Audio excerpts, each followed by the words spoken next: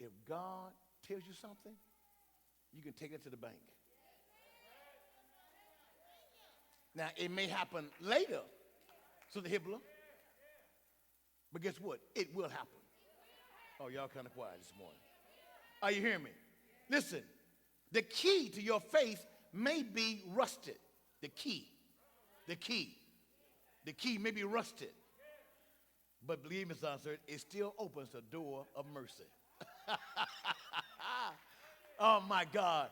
Yes, God will still answer your prayer of mercy.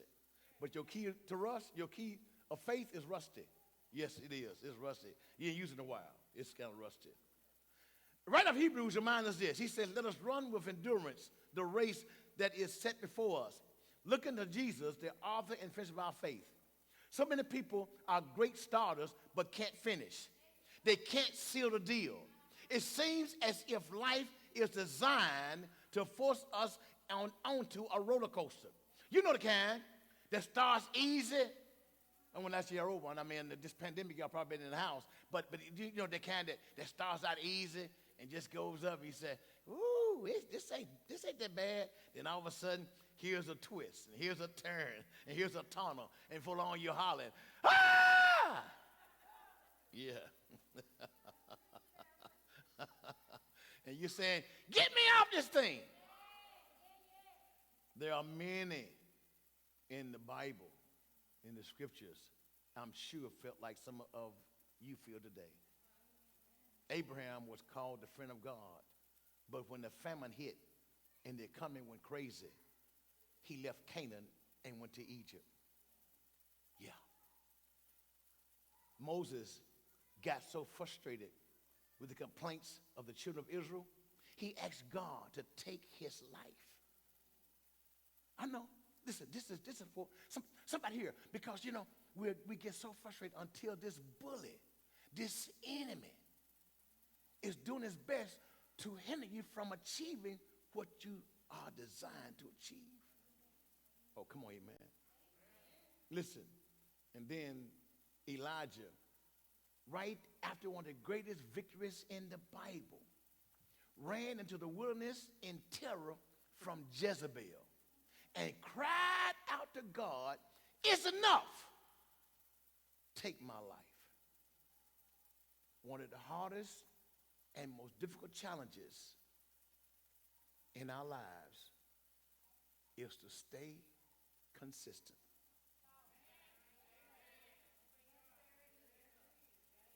I'm going to say it again. One of the hardest and most difficult challenges in our lives is to stay consistent. I make your first lady mad often.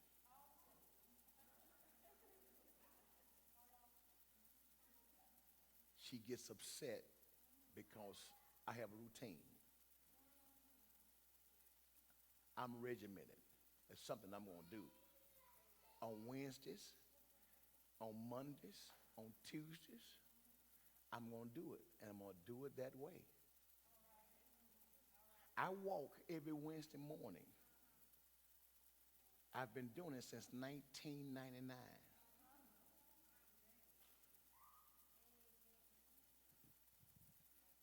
That's why I look so good.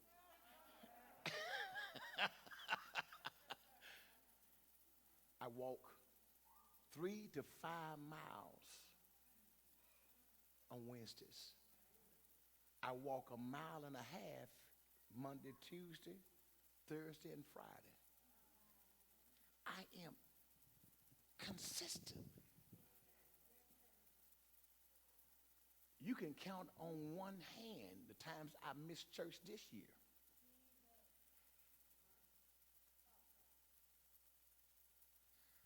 One of our hardest and most difficult challenges is consistency. We will not stay consistent.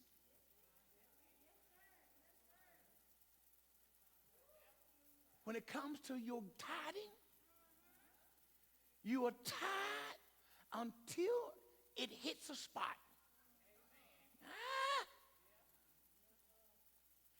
and you don't see that the spot you hit was God's opportunity to show you, I got your back. I didn't mean to go this way. I really didn't. But we are not a consistent people. We tend to vacillate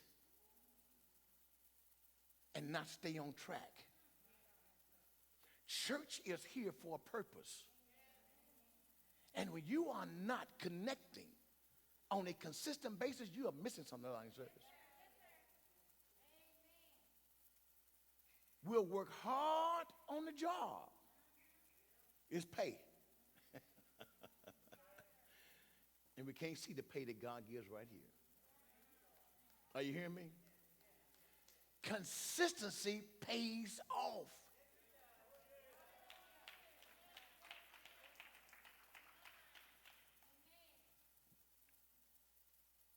So the point next, I had when I worked on secular job, I had no idea they were counting my days. They came and gave me a check. There she is, she'll tell you. Said, you worked 9 years without a day off. Except for vacations. You never missed a day. They counted 9 years and gave me money for each year.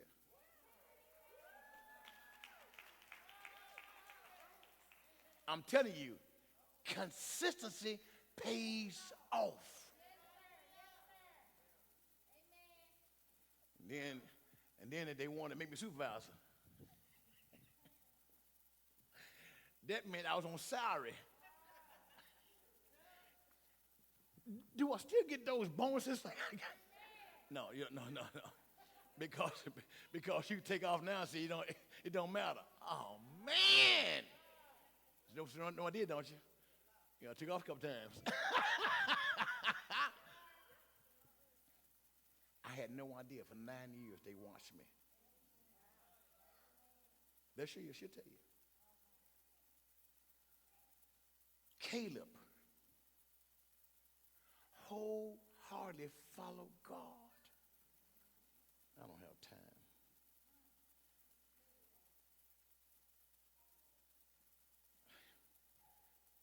Joshua, Sister Claudia, you back there? Joshua, the 14th chapter, and let me do it real quickly.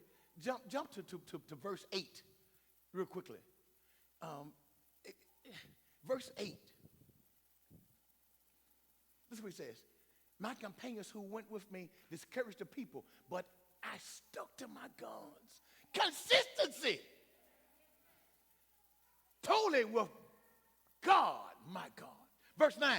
He says, and that was the day that Moses solemnly promised, the land on which your feet have walked will be your inheritance, you and your children forever. Yes, you have lived totally for God.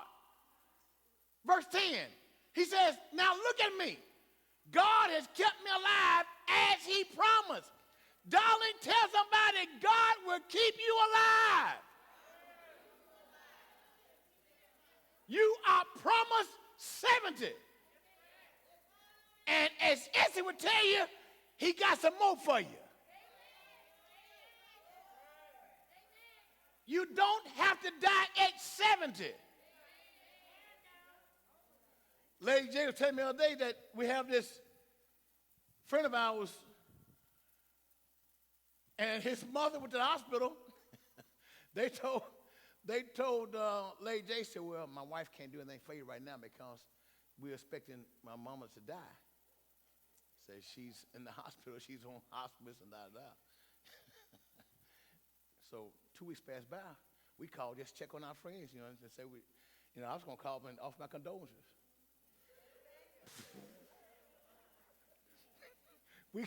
We called back. The man said, my mom said she ain't ready to go. She ain't ready to die.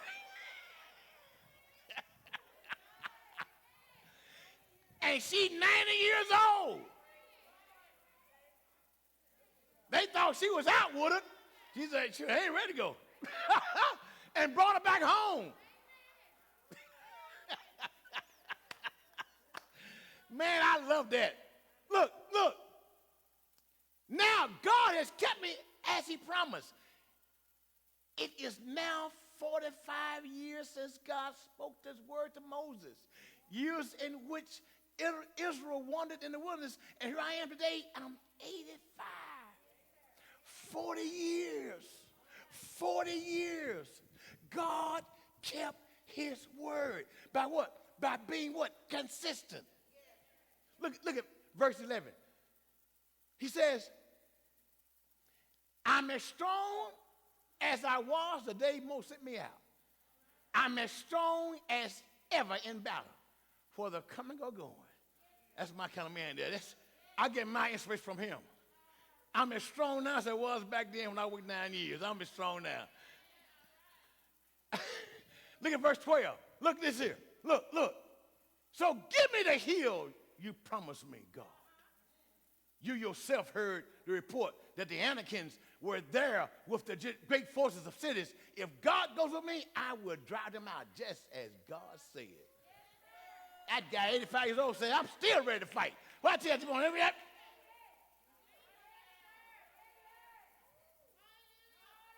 you limit yourself from achieving greatness. Boy, y'all kind of quiet. Stay with God. Hear me good. Stay with God. Stay with God. It pays off. I promise you it does. Are you hearing me? It pays off. It pays off. And you will get what you ask for, but you got to hang with him. It takes faith to pray. Are you hearing me? And Satan doesn't worry about my preaching if you don't use what I say. Oh, no. Man, let Johnson talk. It's okay. As long as they don't do what he said, I'm good. That's where I go. I see y'all. It's reality. It's only by faith I believe y'all hear me.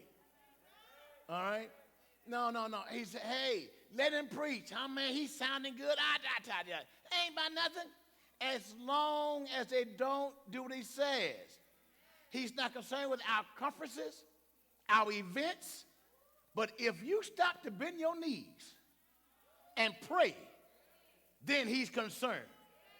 The enemy realizes, Pokemon, he realizes prayer can change things. But even he can't convince you not to pray. He understands you can't touch heaven if you don't connect. He realized that. Are you hearing me? If it don't change things, if prayer don't change things, prayer will change you. Are you hearing me? Prayer will get something done. But darling sirs, too often we stop praying. Two young boys were spending the night with their grandparents. At bedtime, two boys knelt beside their beds to pray. They're saying their prayers, and the youngest one began praying at the top of his lungs. He was hollering, I pray for a new bicycle. I pray for a new Nintendo set. I pray for a new VCR. The older brother said, man, what you praying so loud for? God ain't deaf. Yeah, but grandmama is.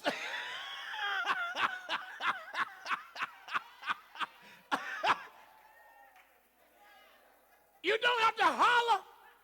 God will hear you, but guess what? You got to pray, though. You got to pray. You've got to pray. You've got to pray. You've got to bend your knees. Spend some time in prayer with God.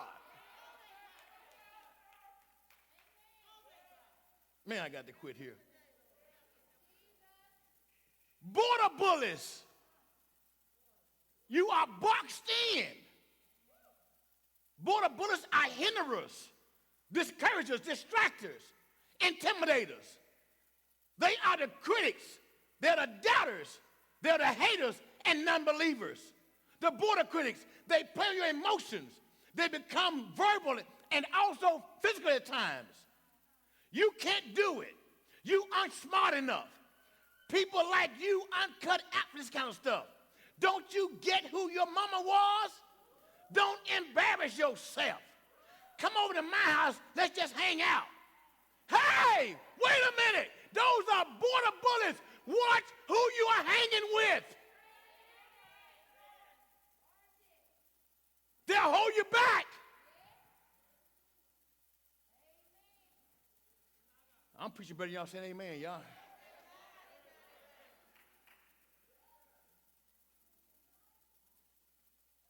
Winston Churchill said this, and I quote, "A pessimist sees difficulty in every opportunity. An optimist sees an opportunity in every difficulty."